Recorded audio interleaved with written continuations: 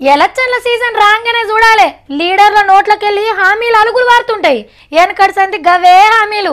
మీకు ఇండ్లు కట్టిస్తాం, గల్లీలో సిమెంట్ రోడ్లు వేపిస్తాం, తంబాలకు లైట్లు వేపిస్తాం, మంచి బడి కట్టిస్తాం, పింఛన్ పెంచుతాం, రేషన్ బియ్యం ఎక్కువ ఇస్తాం, వ్యవసాయం లోన్లు మాఫీ చేస్తాం, ఆడోళ్లకు లోన్లు ఎక్కువ ఇప్పిస్తాం. ఇగో గివే ఉంటాయి ఎప్పుడు. ఈ ఓటర్లకు బోరు కొట్టింది అనుకున్నాడేమో ఒకసారి. ఎన్ని ఉపాయాలు చేస్తుండో గెలుస్తందుకు చూడరా పారి. వీరశైవాన్ని మతంగా గుర్తించాలని సెంటరోళ్లకు ఉత్తరం రాసిండు సీఎం సిద్ధారామయ్య సారు.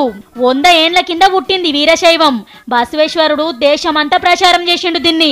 కులాలు ఉండొద్దు, కులాంతర వివాహాలు జరగాలి, అందరూ కలిసి బంతి భోజనాలు చేయాలి, మూఢనమ్మకాలు పాటించొద్దు, మహిళలకు కూడా సమాన హక్కులుంటాయి, చేస్తున్న పనినే స్వర్గంతోని సమానమని చెప్తాడు బసవేశ్వరుడు.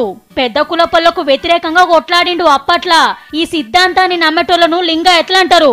కర్ణాటకలనే కాదు, మన తెలంగాణ, ఆంధ్ర, తమిళనాడు, మహారాష్ట్రలా మస్తు మంది ఉంటారు వీరశైవం పాటించేటోళ్ళు.